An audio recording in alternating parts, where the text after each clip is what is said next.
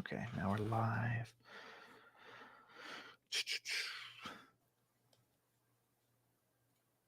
Okay. Retweet. I'll just tag you under so you see the original. Perfect. Share it around.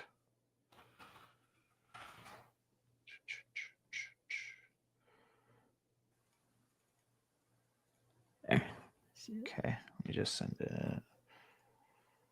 I love saying we are riding. It's so addicting. Yeah, I appreciate that. I did a few like interviews at VCon that were like, why do you ride? And I get some really good answers. Because I think like you're just asking people why they ride. Well, no, I was asking people that knew about it, right? So, like, I was like, you obviously know what We Are Riding is, and then I would be like, why do you ride? Because I think that's like that's why I say it. That's why it's become popular, because like We Are Riding could be so many things. It could just be like, oh, we lost a bag on Pepe, like we ride. It could be like, oh, we woke up, my kid literally threw up all night, we're riding. Like there's no other choice. Or it's like, I ride for my family, so I'm riding every day I wake up. And so it's like that balance of like, however you frame it, like you riding, we are riding. And I'm riding in the car, like, yeah, you know, exactly. just like, exactly. And maybe I'm riding a mini horse, I don't know.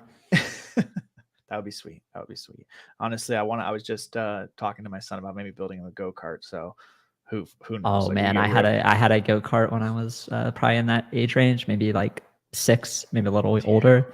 And I had this really fun memory where my dad would constantly yell at me to stop looking behind me, because I would just like go down a gravel road and then look at the smoke I was fucking kicking up. And I ran my go-kart right into a tree. Yeah. I was watching behind myself, not looking where I was going, and just smashed it right into a tree. I mean, I had a helmet on, I was fine, but I dented the front axle and fucked up a tire. But yeah, we rode. We were riding. You were absolutely riding. And you know what's more funny about that story is that I literally, every time my son gets on his bicycle, he fucking looks behind him, and I tell him, dude, you have to look straight. And my in-laws just bought him an ATV, like a little quad, and we're gonna take him out on it this summer. And like, I'm just gonna pray that he just looks forward, because like, I crashed. You got to put blinders on him. I could just, and my middle son, like my oldest son is 4.5 and my middle son's 2.5. My middle son is a daredevil. Like he would jump off a cliff. Like he doesn't care. Like he doesn't feel pain. Like he's made of steel. And so like, I don't know if he's going to get on, but like that could just be, who knows, but we're fucking riding. Like, it'll be fun as hell. Yeah. No matter what really happens, it'll be fun. Yeah. No, I'm excited. All right, I'll play the theme song and we'll get into it. We're going to fucking ride.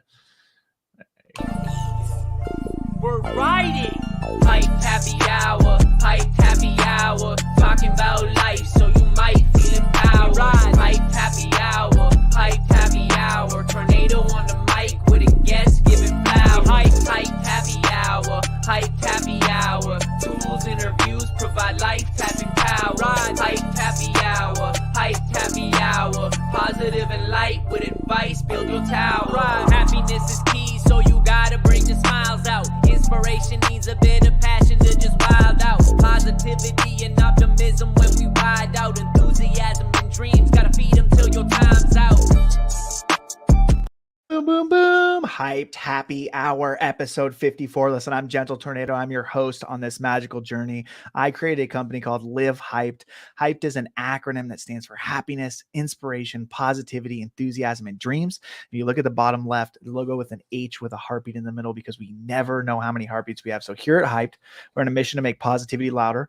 We're on a mission to live every single day like it's our last, because we don't know what's coming next in our life, and just bridging the gap between personal life and people and their journeys in this amazing space that we're in. So today on episode 54, I am joined by an absolute goat in this space, an amazing person, a genuine person.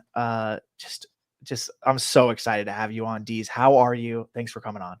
I'm doing well, man. Excited to finally get to talk to you. I've been watching your daily videos for a long time. Always put a smile on my face. So glad to join you and vibe a bit. Let's go. I appreciate that a lot. So we started off with what we're grateful for today. So what are you grateful for? Man, I'm grateful that I am not getting hammered by all this smog and wildfire smoke. We have some of it, but not nearly as bad as what's going on in the Northeast. Obviously grateful for my wife, my health, and just grateful to be here. Yeah, absolutely love that smoke is insane, man. Like It's crazy. It looks like Fallout New York is happening right now. It's like not safe to be outside, right? Yeah, they were saying like something like the air index is like in the 250s, which is not good. God. So yeah, people should be yeah, a little cognizant of what they're doing out there. I've done no research. Are we like looking at a few days? Are we just today? Do you know? I think maybe through Saturday is what I read. So a few days, and then maybe if it rains, it'll go faster and clear up sooner. But yeah, I think it's going to be a multi-day thing. I don't think it'll be clear tomorrow. Oh my gosh. And the worst place to happen that is in New York. 100%. Well, the fires, yeah, they all happen in Canada, and then all the smoke is coming down, just kind of hitting everybody around there. That's wild. That's wild. Oh my gosh. All right. Well, listen, I'm grateful for that too. I'm as far west as I can almost get away from that. But you know, what we started off with is an origin story. So as much as you're willing to share, I'd love to hear about, you know, how you grew up and up to now and how you got in this space and walk us through to where Deez is now. Yeah. I grew up in Northeast Ohio, right in the middle of a Rust Belt. If you drew a line between Cleveland and Pittsburgh and put a dot in the middle, somewhere around there. Wasn't much going on up there. Just got addicted to games at a really young age between Cartoon Orbit and RuneScape on the computer, and then SOCOM, which turned into Call of Duty and Halo and Gears of War, and then built a PC a few years after that, got into League. I spent basically 8 to 16 hours a day playing video games most of my life, probably up until 2020 pandemic, once I started going a little harder into Uniswap and shitcoins. But yeah, so for me with crypto, I got in the space 2017. I put in a little bit of money from Daily Fantasy. Well, it was all of my money, but it was a little bit of money. I made a lot and then lost all of it in 2018, and then like started over from zero. Kept grinding, kept dollar cost averaging back into ETH and Tezos. And 2020 rolled around, Uniswap summer rolled around. I was working a IT job and we were working from home because of the pandemic. And I was just spending 12 to 16 hours a day on shitcoins that summer, and got lucky. Just buying shit like the Tendies token and Anti-Ample and Aleph and a bunch of other even stupider coins, and walked away up a pretty decent amount. Bought my first floor punk, flipped it, got addicted to flipping punks because it felt a lot like trading high value items in RuneScape, which is what I would do when I played RuneScape. So just kind of took that mindset of trying to market make expensive items, and took that into NFTs. I got very lucky because I met Snowfro in the Punks Discord. He was selling punks to fund art blocks. I minted some squiggles and some other stuff when it came out because it was like, oh, Snowfro's the GOAT. This dude's super nice. I'm just going to buy this stuff and not really think about it. And shit just got kind of crazy. 2021 happened. Top Shot happened. Punks went to Christie's. Bored Apes came out. Meebits came out. That summer, every day there was like 6 PFPs minting, maybe more. Shit just kind of blew up. I started hosting spaces. I started collecting art because I had too much money. It was like, this is way too much, too fast. Start collecting some art. Then I started collecting art. It blew up. Like a Twin Flames went crazy, and Where My Vans Go went crazy, and a few other artists I collected from early, like Pop Wonder, blew up. And yeah, I mean, I just hosted a bunch of spaces and talked to all my friends and made a bunch more friends in the process, and then started a podcast where we only do in-person pods. And yeah, that's kind of where I'm at now. It's it's been quite a journey. That was kind of probably the quickest I've ever said it too. But yeah, dude, that's wild. Like, listen, like how much money did you make? Like a lot. I made over 1,000 ETH from like I put 2 ETH into Uniswap in the summer of 2020, and then by the end of 2021, that 2 ETH was worth over 1,000 ETH. Oh my gosh. That is a lot. Actually, that's a lot. Yeah. Yeah, I That's was just wild. lucky. And I paid a ton in taxes and held way too many NFT. I put a lot of that ETH back in NFTs, and some have went fine, some haven't went fine. Tax loss harvest them. But yeah, I'm super fortunate, super lucky. It was a crazy summer, and I'm just glad I was able to take advantage of it. That's amazing. So really quick on your journey, I want to talk about something that you didn't touch on, but how did you get on Hex's podcast? Because that's when I first saw you, and I was like, "What the fuck? This is crazy." I was like, this is insane." So walk me through that. Walk me through how you felt on the podcast. Like, was that a big moment for you? Talk a little bit about that. Yeah, Hex is awesome. So Hex is somebody I've been following from 2008, 2007, like Call of Duty 4. Yeah. I would play a lot of game battles, and I'd get my ass kicked by Scump and Nadeshot and JCap and a couple of the people who were on the early Optic squad. And I was always aware of Hex. Like, he's kind of like the godfather of COD. Fast forward to 2021, stuff's going crazy. I'm making friends with a few gamers on Twitter, and I get to talk to them, and all of them, it's like, hey man, like, I've actually been following you for like 10 plus years, not to be a creep. But brush shoulders with Hex. We talked about going on the pod. He saw some of my weed posts, and he obviously runs Pine Park. Yep. And was like, yo, you gotta come out for a pod. You can wear a mask, be anonymous, whatever, but I gotta talk to you about this NFT shit, because you seem like somebody who knows what they're talking about, and you also smoke a bunch of weed, and kind of just fit right in there. So went out to LA. I believe it was after ETH Denver that year. I just flew from Denver to LA and hung out there for a couple of days, but that was crazy. I actually invested in Pine Park after hanging out with him and the team for a bit too. So it's just a really fun time, and it's like something I never thought would happen, but it's happened a lot with NFTs and the crypto space. Is you get to meet a bunch of my idols who I've looked up to for a while, and then they got to finally meet me because they see that I'm a credible person on the Bird app, tweeting all the fucking time, and that's just been a wild ride. Dude, that is so awesome. So you're an investor in Pine Park. Has being in the right place, like as far as when it boomed and you doing so well, has that brought you just crazy amount of opportunities? I mean, you did just say like you met a bunch of people, but like, have you invested in other things besides Pine Park? Yeah, I've maybe angel invested in 15 or so companies now. And there's some good ones like Arbitrum and Blur, and Established a Run, which is a daily fantasy site, and did well on LooksRare, and there's probably a couple more I'm forgetting off the top of my head. But then the other ones I'm forgetting, most of them went to zero. Yeah. So that's kind of how the game goes with angel investing. You get like a 10x plus, or it just goes to zero. But yeah, with a lot of opportunities comes a lot of saying no. I've said no to like hundreds of these opportunities to angel invest, because I was saying yes to too many things in 2021 when things were good. And, luckily had some nice winners in there, but I started to realize that I had to be a little more cautious and a little more thesis driven before throwing money at people. Like, there's a lot of times where you just kind of get pressured by friends to write a $10,000 angel check, and those are a lot of the ones that went to zero. Yeah. Luckily, I put more into the things that did well. Like a standard angel investment would be like 25 grand for me.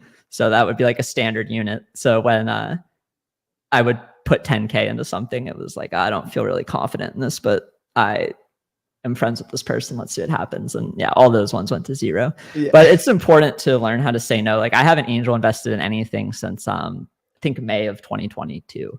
I've just said no to absolutely everything. I think the companies raising now are raising maybe too much in the market environment, or too much for my taste, given the potential upside that there is. Like, I'd rather just have liquid ETH at under $2,000 or some other stuff rather than like locking up capital in a long-term angel investment. No, I think that makes sense. Absolutely. It's a lot different when ETH was like 3 or 4K and you could just sell like 6, 7 ETH and you're like, all right, got a nice angel investment. Yeah. Now it's, I'm selling over 10 ETH to get that same check, and it just feels a lot worse. Yeah. No, I agree completely. I think definitely it's good to learn how to say no and go through that process is part of the journey. So I love it. So what we do is we go through every single word within Hyped, and we started off with happiness. But what I'm going to do first is I'm going to share my screen and I'm going to read you my favorite definition of success. It's by Ralph Waldo Emerson. So it's, what is success? To laugh often and much, to win the respect of intelligent people and the affection of children, to earn the appreciation of honest critics and endure the betrayal of false friends, to appreciate the beauty, to find the best in others, to leave the world a bit better, whether by a healthy child, a garden patch, or a redeemed social condition, to know even one life has breathed easier because you have lived. This is to have succeeded. How do you feel about that? That's pretty damn good, dude. If you check all those boxes, you're probably feeling super successful. Yeah. Like, if you can, especially the betrayal of people who you thought were friends, that's been an interesting one I've had to deal with over the last couple of years, where meet too many people and just, some of them are going to be bad apples, even though you think they're your friends. And dealing with that has been probably the hardest part of all this. That's always trying to have my, trying to cautiously look at, I'm very skeptical of everybody now. It's kind of a bad thing, probably. But I'm always looking at people like, okay, like, how are you trying to extract value from me? Because a few times shit just went really south when I thought I was cool with people. And it's just definitely made me put my guard up a lot more. Yeah, no, for sure. Luckily, when I was working for my dad, like, I saw people that were my dad's customers for 20 plus years fucking steal from him. I've had one of my groomsmen actually rob the company of multiple hundreds of thousands of dollars. So that was definitely a tough experience for me. And I was kind of prepped for Web3, but also there is like no prep. Like, this space is pretty wild, where one day it's this and you find out, you're like, whoa, you find out something, you're just like, no way. And just to what you said, like, that is super hard for me as well, because I want to give everybody the benefit of the doubt until, something happens, they break the trust. But it's like almost like you have to like 50% give them the benefit of the doubt. You can't give them the 100% benefit of the doubt, because then you'll just get absolutely wrecked. Yeah, you give them an inch, they take a mile. Yeah, for sure. All right. Well, the first question under happiness, I absolutely love this question. But so far in your life, what is the happiest moment? The happiest moment. Probably the week that my now wife moved from Arizona to Ohio. It was we were in a long distance relationship for a little bit, and we'd see each other like 4 times a year, 3 times a year. And that was like a pain in the fucking ass. And once we moved in together, it was just like, I don't know. Everything else could go to shit, but since we had each other, we were just super comfy. And we knew that, like, even if we're both working shitty jobs at McDonald's or physical labor, like, if it got that bad, like, it still wasn't that bad, because every day we were with each other. And that might sound cliche, but like, it kind of gave me the backbone to take a bunch of risks and do a bunch of degenerate shit. And, I'm pretty neurotic and up and down, and she's very much like a rock and a stable person. So that's probably my happiest moment. Because it was for a while I thought, like, maybe this wouldn't work out. Like, long distance fucking sucks. Like, maybe I'm wasting time doing this. And then once we moved in together, it was like, no, like, this was all 100% worth it. Yeah, it was the best decision you could have made. Oh, for sure. That's awesome. No, I don't think that's cliche at all. I mean, when I met my wife for the first day, it's probably the happiest moment of my life. So I absolutely love that. And I think, honestly, most men are pretty wild, and they have that rock, right? That's what makes almost the best marriages, when you have that rock you can go back to, because men do wild shit. It's just kind of in our nature, and we do really stupid stuff. Honestly, most of the time I mess up, I just tell my wife, like, listen, I just do stupid stuff. Like, it's just what I do, but I'll learn from it. And the next time it'll be something else that's stupid, not the same thing. Yeah, they always look at you like, you're fucking stupid, but I love you. But damn, it's like, it's kind of like, in a way, sometimes how you might look at like a dog, but not really, but like similar. Like your dog is just rolling around in deer shit or like a dead animal and then comes back into the house and you're like, just looking at the dog like, yeah, you're just a fucking dog. Like, that's how I feel like our wives look at us sometimes. Yeah, no, absolutely. So the next question is, how do you believe gratitude contributes to the pursuit of your happiness? I think gratitude contributes to happiness in the sense that when you take I'm just going to tie this into like meditation. When you're thinking about everything in your life and everything that you have, and you explicitly, for me, I used to actually use a gratitude journal. I've kind of dropped off that habit in the last year, but for a while, especially in the bear market when shit was going south, I needed some positive things. So I would just write down a few things I was thankful for every day, and then a few things I was looking forward to either next week, tomorrow, next month, whatever. And it was just the process of like sitting there and intentionally writing it down. And you're like, yeah, my life's not that bad. Like, I might have lost all that money, but like everything else is pretty good, and money can always be made back. So I think if you are thinking about gratitude and expressing it openly, then it is easier to be happy. But I think happiness like is a tough word, because like I feel like I'm a generally upbeat person, but I don't know if I'm always I don't want to say I'm always happy. Like think a lot of people don't spend a lot of time maybe being happy, even though they are grateful and they are thankful for their life. Because I'm just always trying to do better at something. And it's like, there is happiness in getting better and improving, but it's more of a struggle in a way. Like, it's spend more time struggling or suffering than just like being happy. Yeah, no, I love but that makes you appreciate the moments that you're actually really happy more. Like, whether it's date nights or times out with friends at these events or whatnot, like it makes you appreciate those moments more. Yeah, no, I love that. And I think, the definition of passion is suffering. And so when you're super passionate about a lot of things, you do suffer and you go on this journey to potentially find happiness, and gratitude keeps you grounded. And I love what you said about having the journal, because that's how I started my gratitude journey, was having a journal where I wrote in it every single day. And that is so pivotal in really grounding yourself in gratitude, because it's kind of funny. You said this line, "It's not that bad." And my number one line when I was selling in my last job, when I was running a franchise, was, "It's not that bad." I could almost convince anyone of anything by saying it's not that bad, because truthfully, there could be 1,000 things that you complain about, and it's not that bad. I promise you, it's worse in third world countries.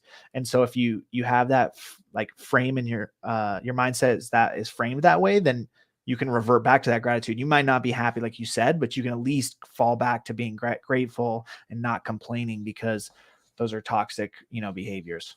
Yeah, I had a physical labor job that was really hard on me. I was telling you before we started, but my freshman year of college, I was way more concerned about trying to be a professional League of Legends player and way less concerned about graduating college. And I failed most of my classes and lost all my financial aid. And then I got this job making $9 an hour, putting in like agricultural and equine fences. And I'd wake up at 5 a.m., drive to my boss's house, load up the truck with a bunch of posts and wire and whatever the fuck else needed to be loaded, drive to the work site, have lunch at noon, work until 5, drive back to my boss's, get there at 6. And I'd get home at 7 o'clock. So it was I woke up at 5 a.m., I get home at 7 p.m. I'm making $9 an hour. And I'm just looking down the barrel of a metaphorically loaded gun. And I, at that moment, was okay, I can't go back to college and fail again, because if I have to do a lifetime of physical labor, I'm probably going to kill myself before the age of 30.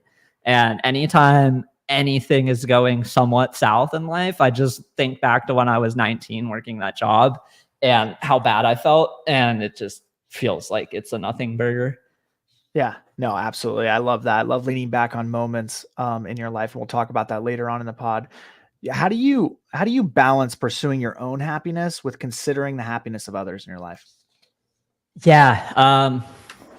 Luckily right now, and maybe I don't consider the happiness of like my parents or in-laws or grandparents as much as I should.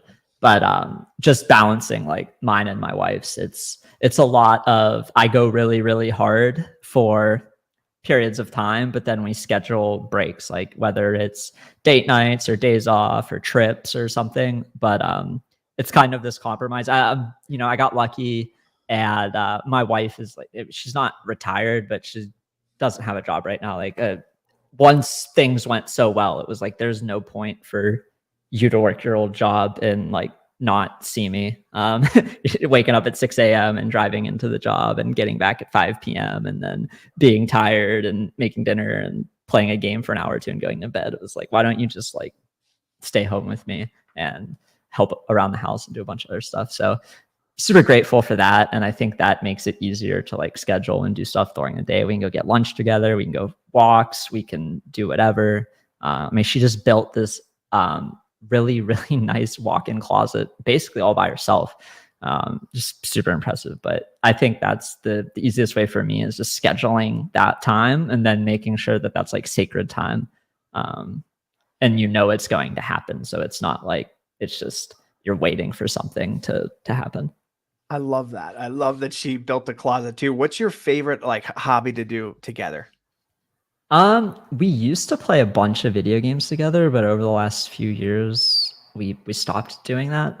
We just do the really simple stuff. It's like when you're with somebody you like doing all the boring things together. Like I like going for a walk. I like going and getting food. I like exploring in nature. It's like anything and everything. Like watching TV together, watching shows and stuff. It's just like all the boring things are just fun. Content being with each other and vibing. I completely agree. It just amplifies it.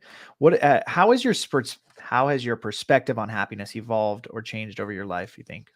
I think when I was younger, I would just escape into video games. Didn't make me happy per se, but I was super competitive and I needed a competitive outlet. But I would kind of escape into video games and leave my physical life behind in the pursuit of happiness.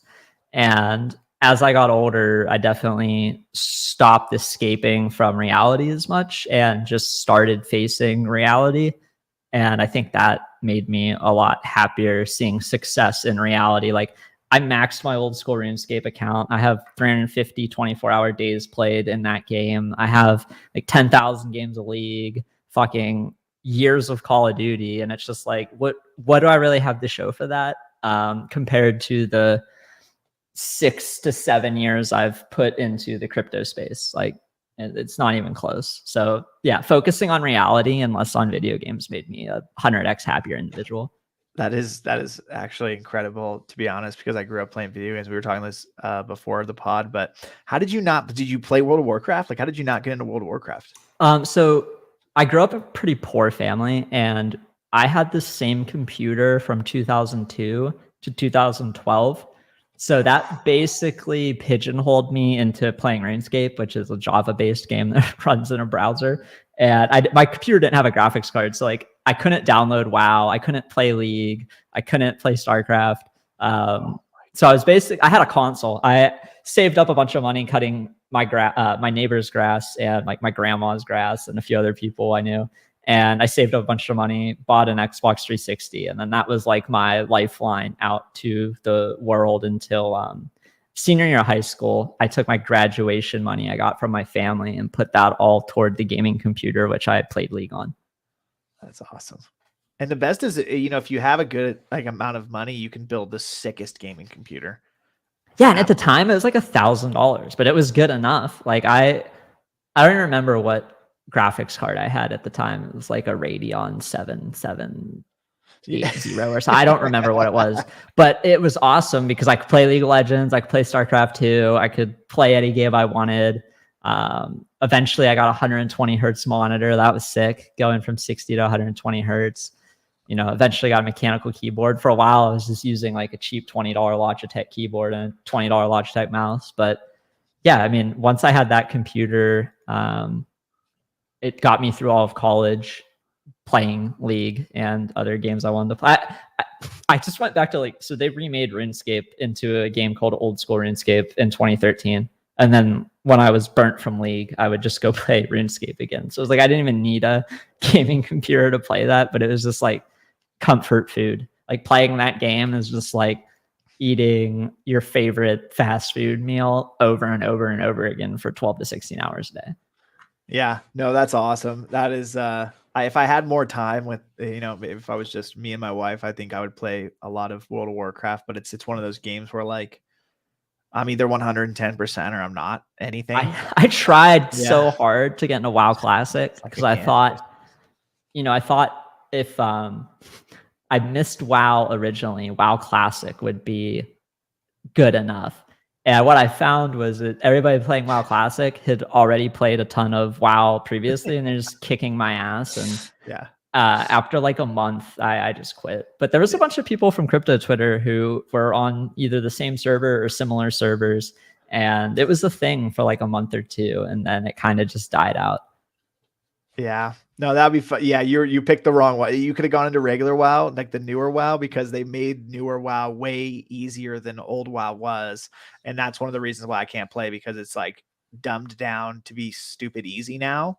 And the classic was like super, super hard. Like you'd spend 25 hours over 2 days in the same raid and maybe kill one boss. That was almost a part of the journey, though. No, I mean, I think there's something about that. Right? You don't want to play games on easy mode. I'm somebody who never plays single player games like Zelda, Red Dead, any single player game. I don't play it. I'm just too competitive. I like play games for competition, not fun. So that kind of skews my perception of a lot of games. Yeah, no, I love that. So I hate individual games as well, but I play video games to play with more people. I don't want to play against people. I do enjoy that. But I'm like more of like, let's get 20 people in the same chat and let's just run around together and have a good time. And whatever happens, happens. Yeah, I think now my version of that is like doing fantasy football best ball drafts with a group of like 50 people in Telegram and just throwing out messages like, hey, I'm running a draft right now, and then see if people join and like bullshit and talk shit in there. Like that's the closest thing I have to playing video games with friends these days. Love that. I made a joke that me and TG should start a guild on Diablo. I couldn't imagine a crypto Twitter Diablo guild. It would be absolutely crazy, and especially if we streamed it. So who knows? Maybe that's in the future. Yeah, Mrs. D's is playing a little Diablo. I think she just got it yesterday and was breaking it in, but definitely not my type of game. I know friends who've spent days and years on Diablo 3. It's just they don't have anything to show for it. It's just like every other person I know who's spent most of their life playing games. It's bad. True. Like I'll be in a game for like 15 minutes. I'm just thinking to myself, like, I have so much shit I need to do, and like I'm just gonna go do this shit I need to do because I'm anxious about it while I'm wasting my time playing this fucking game. Yeah, like I was literally, this is so funny you said that, because before this call I was talking to my business advisor, and I was like, I really want to schedule out like one night a week that I can play video games for maybe 2 hours. And then I told him like, no, I still have like 45 things on my list to do this week. Like I couldn't even live with myself if I didn't work at night and I played a video game. And so it's like that. It's still like a balance, but it's also like I do have so much more to do instead of playing this. Yeah, you just think to yourself, like, I have activities I can do that can move the needle, whether it's working out, whether it's, even fucking catching up on DMs and emails and messages sometimes feels like I need to do that before even playing games. But also, I'm somebody now, it's kind of a problem, but a lot of my family on my mom's side in particular is like the degenerate gambler type. And I always have to have some type of action on something. Like that's why I like the best ball drafts, because like each one, you have opportunity to win a league. Like the one that a lot of us are mass entering, the first place prize is $3 million. So it's like, that's an incentive to fucking grind that. Like I could get lucky. There's 660,000 entries or something into this tournament, and I can only have 150 of them. But if one of them gets lucky, I could win $3 million. Like that's way different than I'm in GTA rolling around shooting people while I'm invincible and running from the cops. I love it. I love it. That's going to lead us straight into inspiration. I love this question. It's probably my favorite question of the podcast. What is one lesson in your life that you've learned the hard way? I say this practically, I say it so much, but if it's the lesson that I've learned over and over again is that if it's not a fuck yes, it's a fuck no. Like just say no automatically. And that's probably a privileged take because there are people who may not have enough opportunities where they can get a fuck yes opportunity to say yes to. But that is something I've learned the hard way, whether it is angel investments, NFT investments, trade positions, marriage, is a fuck yes. But in my previous relationships, they were not fuck yeses, and I learned that the hard way. And yeah, I mean, it's almost like following your gut. Yeah, it's following your gut, but also having some type of I want to say thesis, but like some type of plan while you're doing it. It's like having some type of data, or I don't know, like it's follow your gut, but I don't want to only follow my gut too. I think that's an important thing. Some people don't also have like a good gut and they follow their gut and they just get burnt over and over again. I've seen that on NFT Twitter a lot. Yeah, that could be true. That could be really bad. Yeah. Like, I got good vibes from this founder. I'm following my gut. I'm aping. Don't do it. You're just sitting back. Don't do it. Please, no. Yeah. You ever seen Super Troopers? Oh, it's been a minute. And like high school. It's the best when he's in the back eating all the mushroom. He's like, please, no. So that's what I thought about with you saying the founder thing. All right. No, I love it. I think, if you feel that way and you have that thesis and you want to go, you go. And if you're not, you don't go. So I think that's great because I think there's a lot of time in between of like, maybe you trying to convince yourself. And a lot of people do this where like they have this massive plan. It can be in so many different things when it's like, let's just do, and this is not necessarily for everything, but it's like trial and error over like this long thought out process that probably isn't going to work anyways and turns into wasted time, but it translates to so many places in your life. Yeah, for sure. You don't want to waste too much time in your life. Like you only have one life. And it took me until like 2021 tripping on mushrooms to really realize that. I experienced ego death for the first time and walked away with a newfound gratitude of both like just being alive and then also like, my time here is finite. I've probably spent a third of the time that I'll spend here already. And what am I doing? Like, am I really doing something that makes me maybe not happy, but fulfilled? Or, earlier you said passion and suffering. It's like, am I doing something I'm passionate about? And am I able to make that my, career? And like, if I can do that, I need to be doing that and not just wasting my time with other stuff. Absolutely. No, I love that. What, can you share a specific moment or event that sparked a significant change or transformation in your life? Oh yeah, it would be that mushroom trip for sure. Yeah. It was the first time I ate an eighth of mushrooms. Before that, I had only taken a quarter or an eighth of a gram. So like 0.125 to 0.25 and then going up to 3.5. And that was, at the time it was rough. Like the trip wasn't fun. Thought I was in hell. And I was like, this is a long story, but basically I thought I died, thought I went to hell, and then like was kind of trapped in purgatory in my head. And then, few hours later, which felt like an eternity later, I called a friend who walked me down, and then I smoked some weed and it kind of came back to reality. But the day after that trip, I just felt like a new person. Yeah, like that's wild. Born again in a way. Like, I don't know, born again with a new perspective. So let me ask you this, like, are you going to do mushrooms ever again? So later on that year, I basically abused mushrooms, thinking, I smoke weed every day. Let me try eating mushrooms every day and see what happens.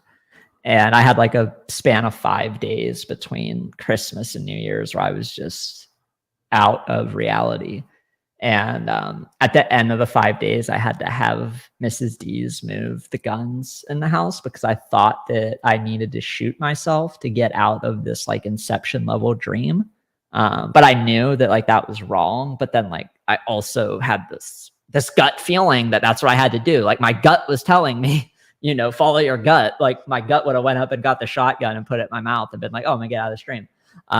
So after those 5 days, I've been a lot more cautious with mushroom use. I haven't eaten 3.5 grams again, and I haven't, I don't think I've eaten more than 1.5 grams since then. I'm much more like a 0.5 gram to 1 gram guy every couple months now, where maybe I put on albums. I like queue up 4 to 6 hours of albums and just vibe, but definitely not chasing the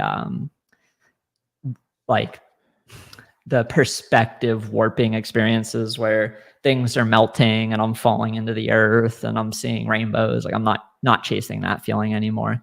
And there might be a time in my life, like I'm completely open to having another one of those trips where I eat an eighth and go on a hero's journey, but I'm not trying to force it, and I'm not ready for it right now. Like I'll know it when I'm ready. It'll be like I was stuck in a rut for 6+ months and am starting to feel depressed again. Like that's when I'll go back to them for medicine. But until then, I'm chilling.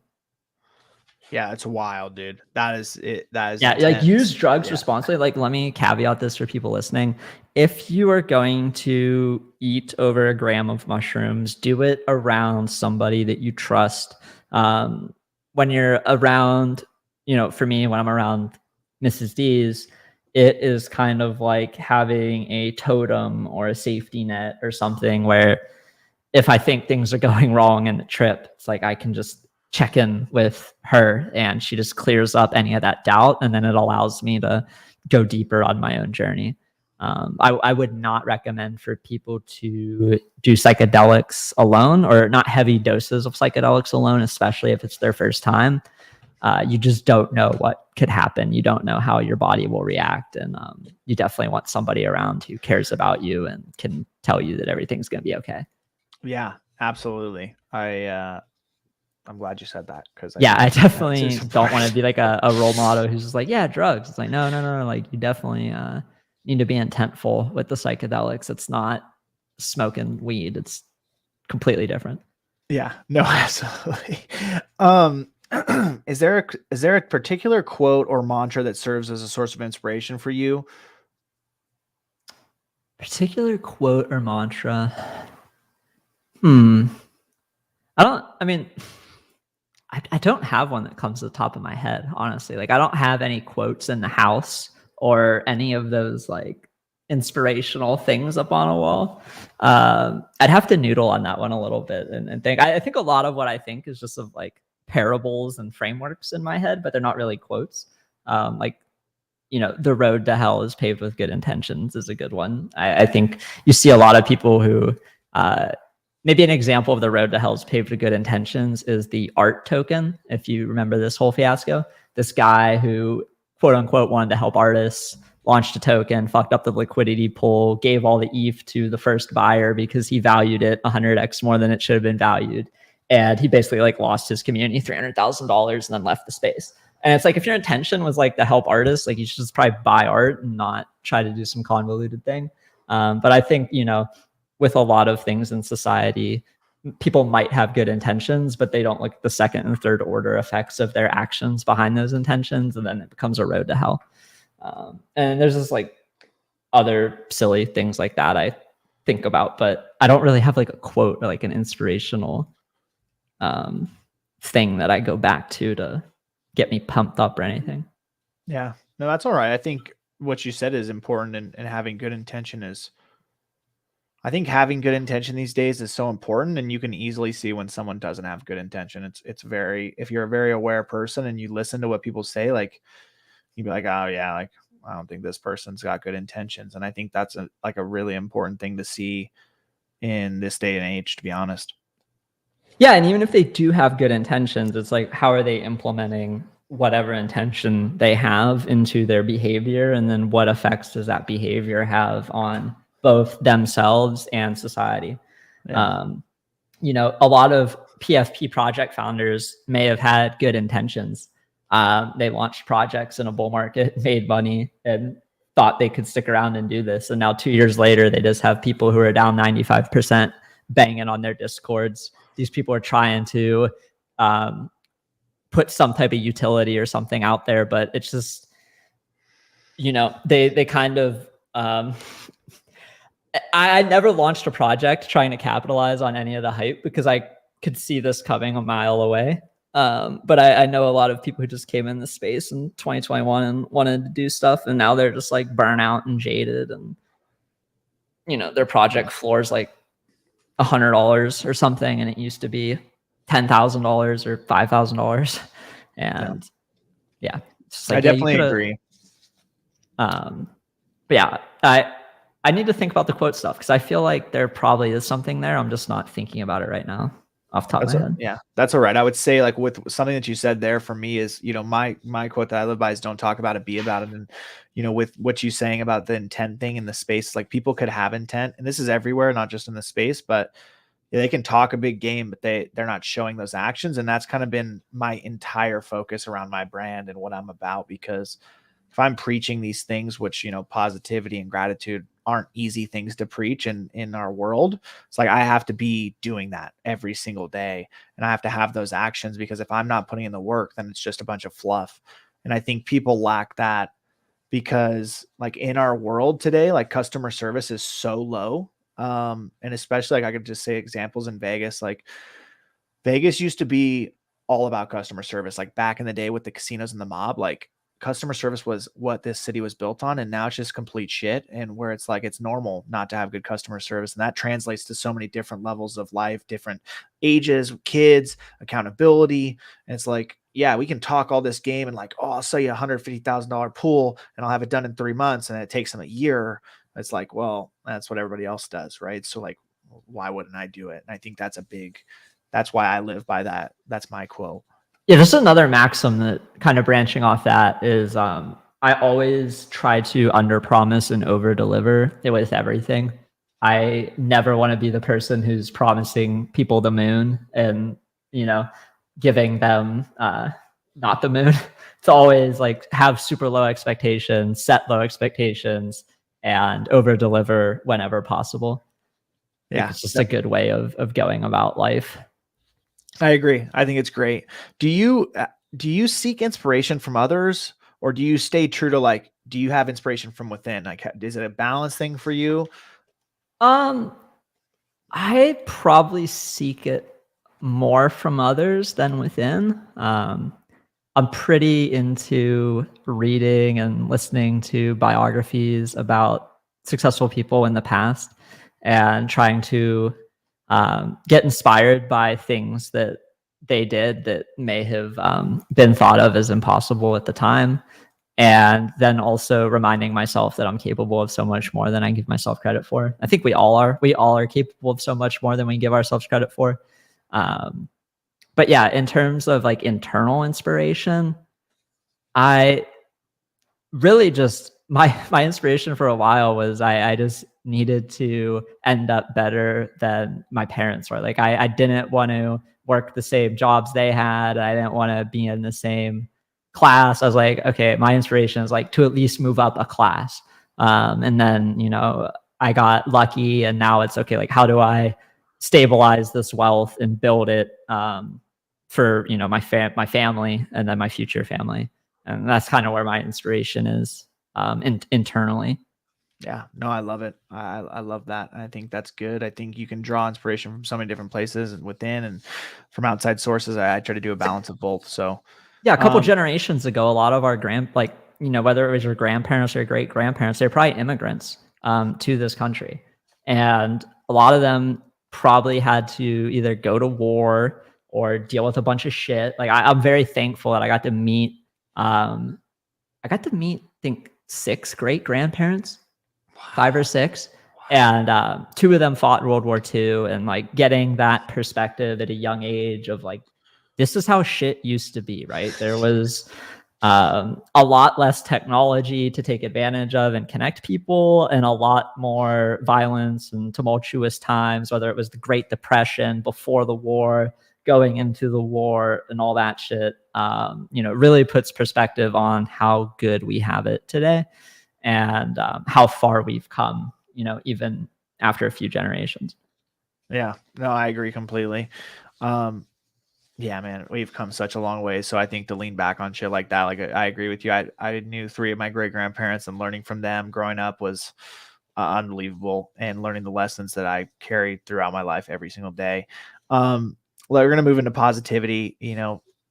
Positivity is my jam. I'm on a mission to make positivity louder, and I think it's been proven how important it is and the benefits of it. So, you know, positive mindset, and if it's in its basic definition, is focusing on the good in any situation. So I want to ask you, is there any specific practices or habits that you've adopted to cultivate positivity in your life?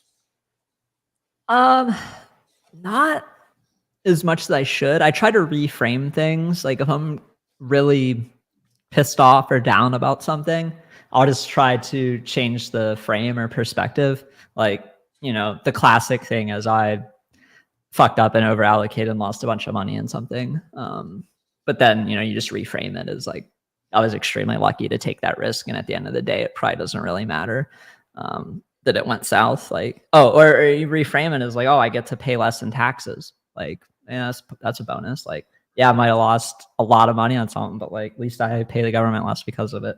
So it's a lot of just like reframing or perspective shifting, but I don't have any I think just meditation, or I'm big on just going for walks and thinking. Like sometimes it's just, I'm not gonna have AirPods in, I'm just walking and processing what's on my mind. And I think that is just something that is a cheat code. I spend a lot of time walking. And it really just helps me get through my mental queue of bullshit that, you have a lot of stuff on your mind, but sometimes if you don't take the time to process all of it, it kind of just stacks up like a bunch of papers for a teacher to grade or something.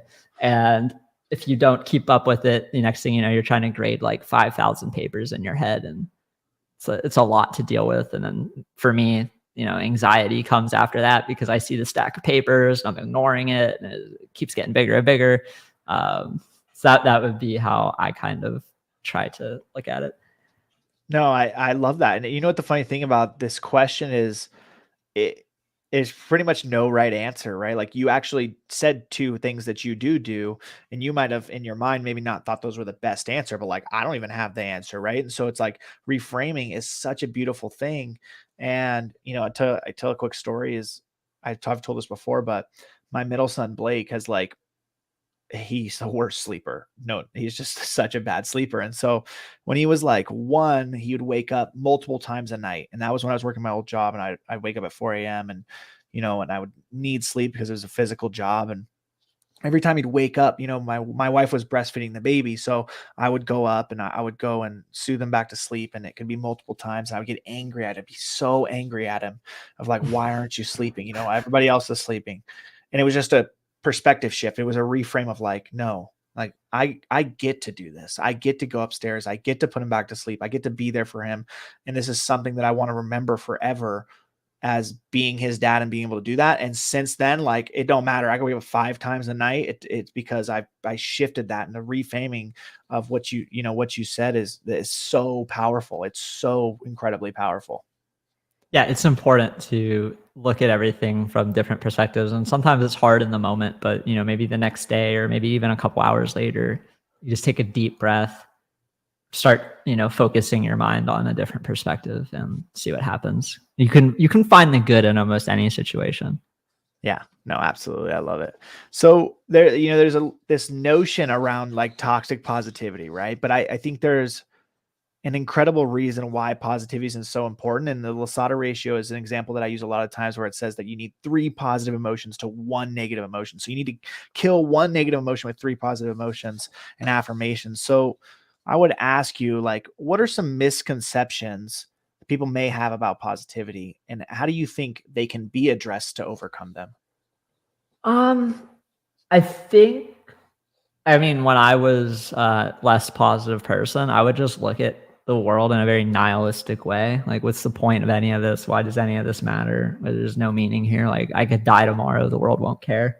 What am I doing here? And I think people get kind of stuck in ruts where they just don't think about anything they could do to change their life. They kind of just become victims of circumstance, and then maybe even like being victims, or maybe that's an excuse for them to just waste away because they don't think they can apply a positive mindset and be better. Like, it sounds really stupid, but manifesting and visualizing success, like if your self-talk is just like, I suck at this, I'm never gonna get better, I'm ugly, like I'm fat, I'm slow, no one's ever gonna date me, I'm gonna be an incel till I'm 50, like I hope I can get the Vision Pro and have sex with somebody in there. Like I think if that's your mindset on life, then you're gonna manifest that. Like that's what's gonna happen. Like if you spend 8 hours a day being anal on 4chan and reading all the dog shit,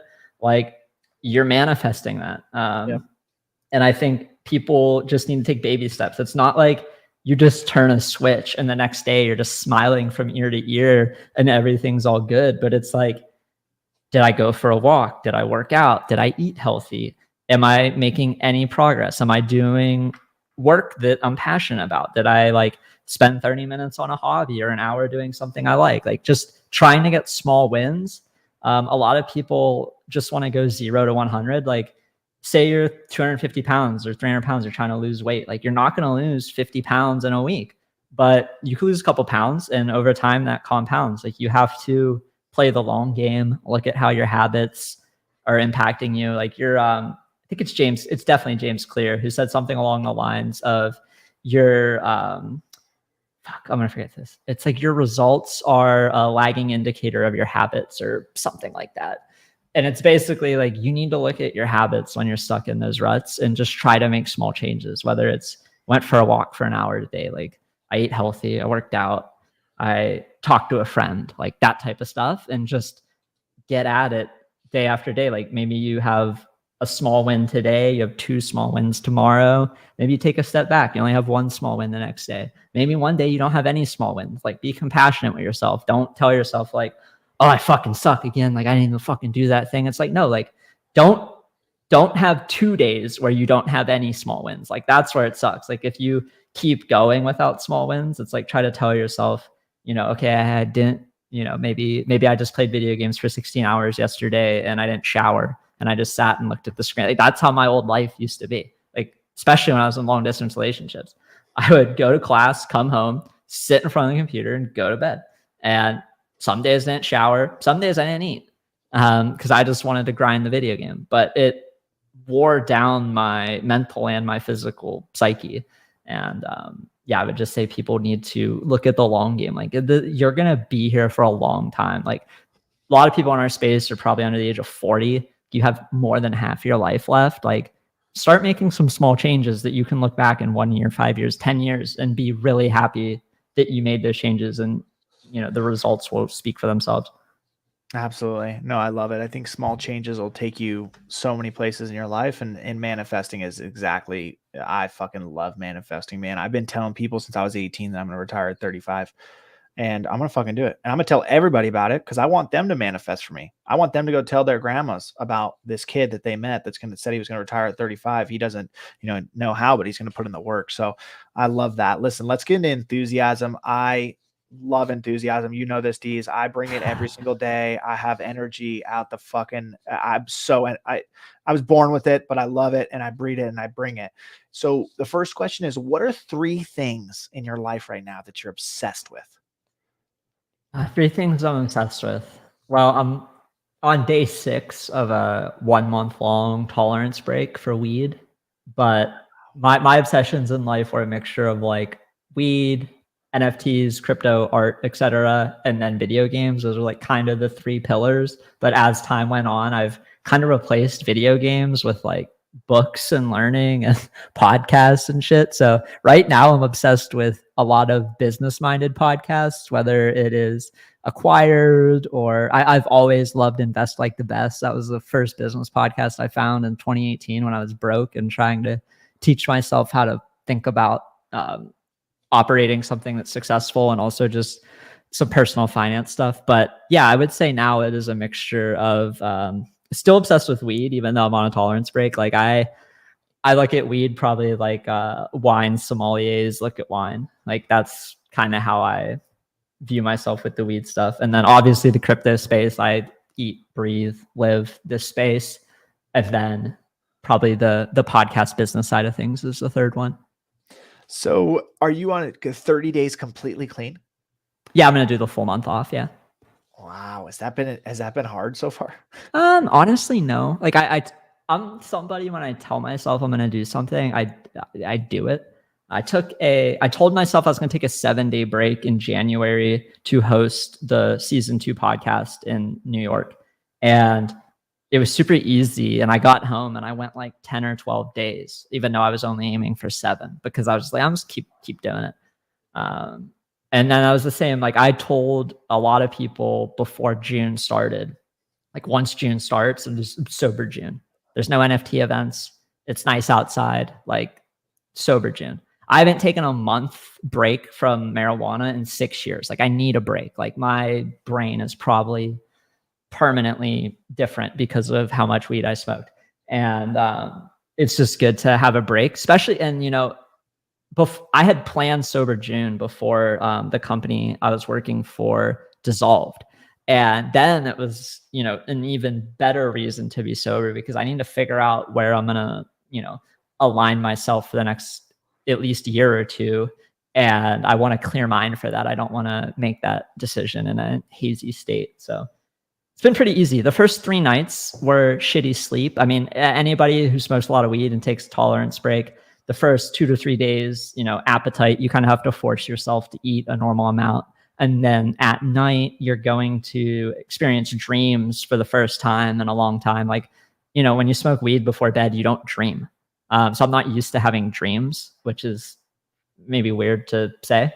But, you know, I had a dream the second night, my first dream on the tolerance break, that like my grandma broke into my house and I didn't know it was my grandma. And I was sitting in our bedroom with my shotgun pointed at the door, and my grandma turned the corner and I almost blew her out of the room. And then I realized it was my grandma, but it's like, what the fuck dream is this? Like last time I took a tolerance break, I had a dream I was getting chased by a elephant-sized cat that was just completely bloody and mangled. Like it looked like it got in a fight with Godzilla and then was like chasing after me. So I have crazy dreams, I guess, when I'm coming off the weed. But the last 2 nights, I wear a Whoop, which is like this band that tracks a bunch of your health shit, and it tells you about your sleep. And the last 2 nights, I've gotten the right amount of deep and REM sleep, and like I'm back to normal basically. So, do you like the Whoop? Yeah, I don't want an Apple Watch because too much of my life revolves around my phone already, and I don't want an extension of my phone on my wrist. I like that the Whoop has no screen and it's super minimal. I've been using it since September of 2022, I think. So almost going on a year now, 9 months. And I like it. It really holds you accountable because you can see like there's times 5 days go by and I haven't worked out or strained myself. And I'm like, okay, like I need to do something. Like there's no hiding from this. It's all here. Yeah. And I think that's good. Like any way you can hold yourself accountable to your goals is really important.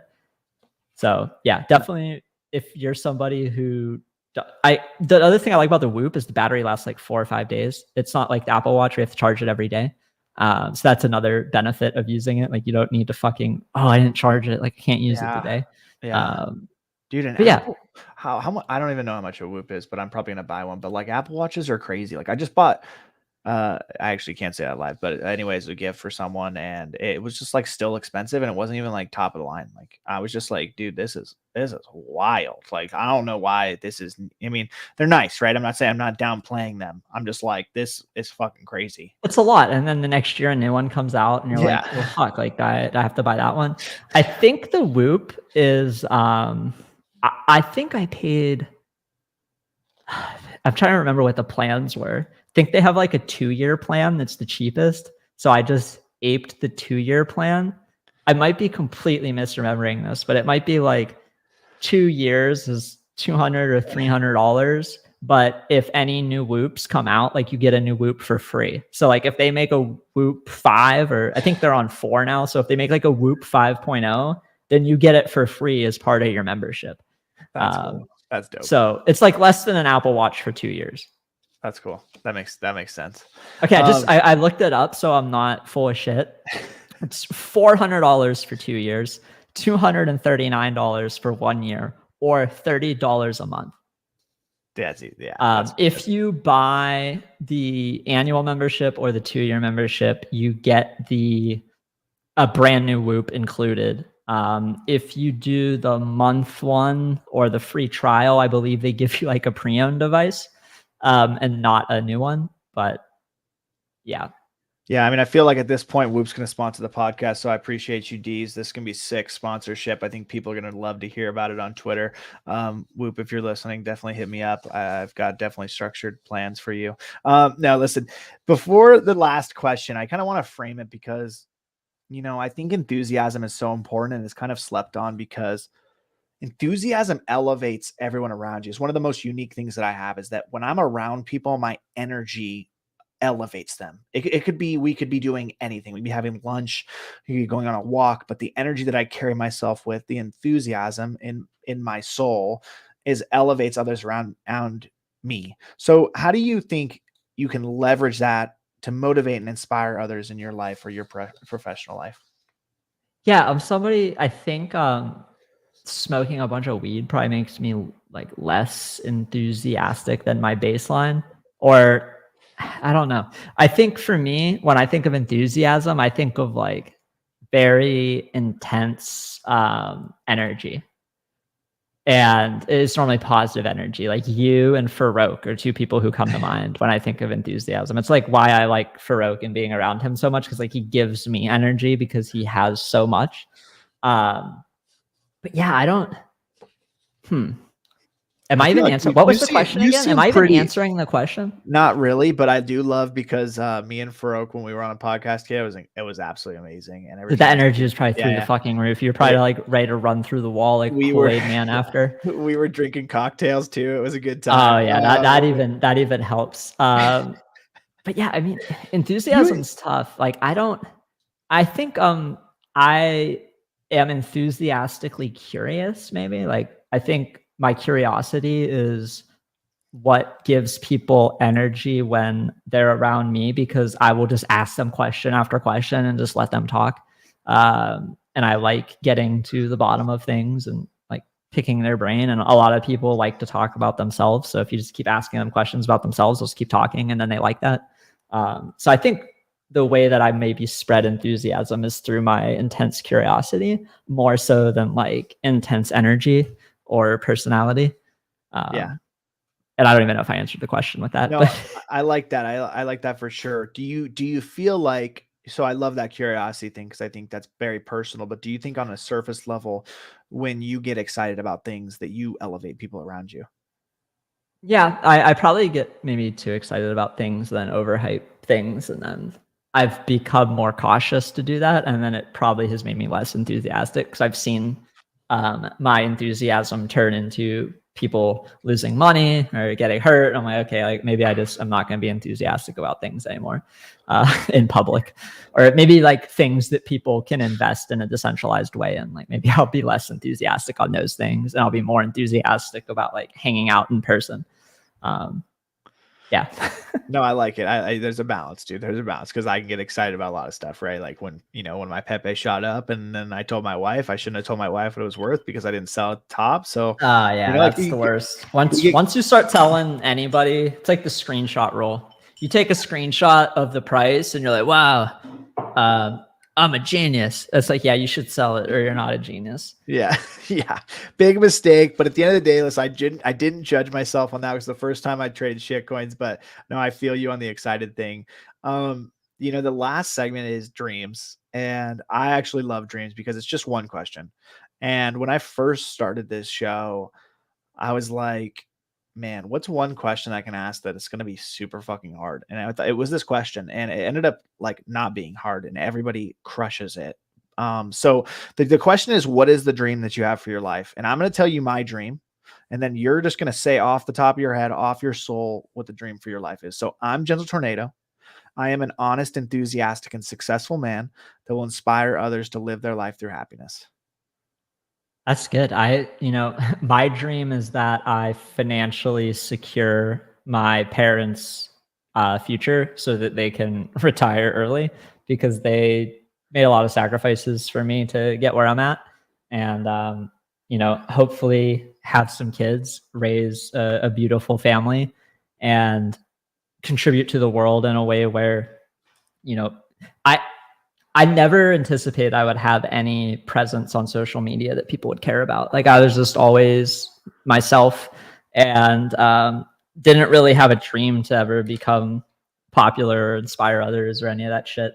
So that was never part of the plan. It was always more like, how do I take care of my family and give back to them what they sacrificed for me? And then how do I set up my future family for success while also not pampering them so much that they can just infinitely fuck up, but always have a safety net. Like, there's some balance there.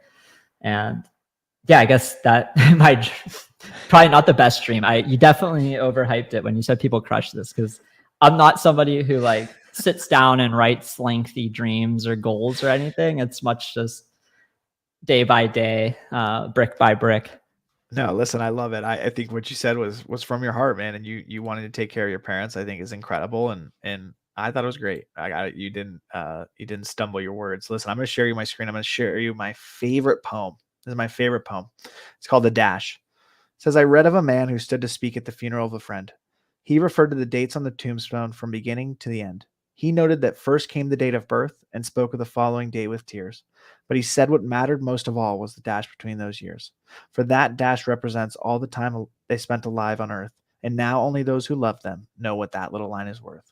For it matters not how much we own, the cars, the house, the cash. What matters is how we live and love and how we spend our dash. So think about this long and hard. Are there things you'd like to change? For you never know how much time is left that can still be rearranged. If we could just slow down enough to consider what's true and real, and always try to understand the way other people feel, and be less quick to anger and show appreciation more, and love the people in our lives like we've never loved before. If we treat each other with respect and more often wear a smile, remembering that this special dash might only last a little while. So when your eulogy is being read with your life's actions to rehash, would you be proud of the things they say about how you spent your dash? I have heard that one before. You have? Yeah, I don't remember where, but a while ago, I definitely heard that one before. How do you feel about it? Good. I think for a while I wasn't spending my dash well. You kind of ask yourself, if I died tomorrow, how many people would show up to my funeral? And for a while, it'd just be like, oh, my family. And that'd probably be it. And now I probably would have more people that show up at my funeral than just my family, maybe. Think I've done a better job, but hopefully my dash is a lot longer than like today. Yeah. Like if tomorrow is the last day, it'd be okay. I'd be happy with it. But ideally, get some more time to live out that dash. Yeah, I love it. So listen, how we wrap it is you get to ask the audience one question, and then you just get a final statement. It could literally be anything. So one final statement, one final question. My question to them would be a question I tweeted the other day. I think I got it from a Read Wise note from Atomic Habits from James Clear, but it was, are you becoming who you want to become? And it kind of just goes off everything we've said, where, think about what you want to be in life. And are you taking steps to be that person? Or are you just saying you want to be that thing, but not actually doing anything to put you in a better position to be that thing? And wait, what was the second part? Shit. After the question, there was another part. Just a final statement. Oh, I mean, the final statement would just be thank you, man. This has been fun. I have been watching your videos for I think a year now. Somebody a long time ago added you and me and said we needed to know each other or something. I forget how I even saw the first video, but they were like, Deez, you need to follow Gentle Tornado. And I was like, oh, okay. And then I clicked on your profile and saw you in the Snap-on truck just doing a dance, just being yourself. And I was like, wow, this dude's awesome. He's being himself 100% authentically in public. And I always love people who aren't afraid to be themselves, like unapologetically. And I think you embody that pretty damn well. So honored to have the opportunity to speak with you. And yeah, that would be my final statement. I don't have anything wise or anything to drop on the crowd after that. I mean, listen, you've already dropped wise stuff, and you leaving him with a banger of I appreciate that a lot, man. And Yeah, are you becoming who you want to become? I am 100%. And it's hard to, when you're chasing this crazy, I have a crazy big vision about my foundation that I'm starting and the mental health that I'm embarking on. But man, I just like, when this is so funny that how this happened, but like this story of like, I opened VCon, and I don't know if you knew that, but Yeah, like that whole story of, me being on this mental health journey of helping people, and, kind of my wife being like, why are you doing these things? Why are you doing these podcasts at 8:00 at night in the back of our backyard? Why are you doing these videos of you dance? Why are you doing all this? Why are you GM rapping? Like, and to get that call to open a conference of that level with the level of speakers was like, I thought, what would my parents say? Like, they would be proud. And I cried for like over an hour, because it was just like, wow, like I'm literally doing what I said I'm going to do, and I'm going to keep doing it. And I'm going to keep being that person. And as long as I can stay true to that, I know that that's what I want to do. So I can comfortably say that for sure. yeah, that's fucking awesome, man. When you can tell your parents something like that and know that they're proud of you. Like I said, my dad listens to the podcast, and like my in-laws follow me on Twitter. And a lot of my family, I was probably a bad role model for my brother for a while, because he's like 16, and when he was like 14 got caught vaping, and I was like, oh yeah, that's probably my GM picks. Like he thinks that's what to do. And I'm like, that's another reason I stopped posting them so much, as I realized maybe I'm not being a good role model and making everybody super proud. But then I also have to like authentically be myself. And if that is part of myself, like I'm still going to authentically express it. But there's a kind of a line there. But it's nice when the universe gives you that feedback, like, Gary, recognizing all the positive energy you put in the world, and then allowing you to spread those positive energies with like a bigger audience at a physical event. Just like that type of feedback is awesome. Yeah, just lets you know that you're like doing the right thing on your journey. Absolutely, for sure. I'm grateful. And what was funny is I had this meeting with this their peer-to-peer therapy is their company, and like I really want to either work with them somehow or get them to sponsor me somehow, because I'm a big advocate of therapy and like making it cool again. And like, well, never, I don't know if it's ever been cool, but like putting an emphasis on it's okay to go to therapy. It's actually amazing. And I told him, I was like, I opened up a business conference called VCon, and then he, like, while we were on the call, he had no idea. He didn't even know who Gary was. And he went on and he like started looking at the speakers, and he was like, you opened this conference? And I was like, yeah, like, it was, like I was in the, like, that's not why I told him. I was just like, it was pretty cool. And he was like, oh, no, like this list of speakers is insane. And that was kind of the opportunity that it was. And now I can leverage that for pretty much ever.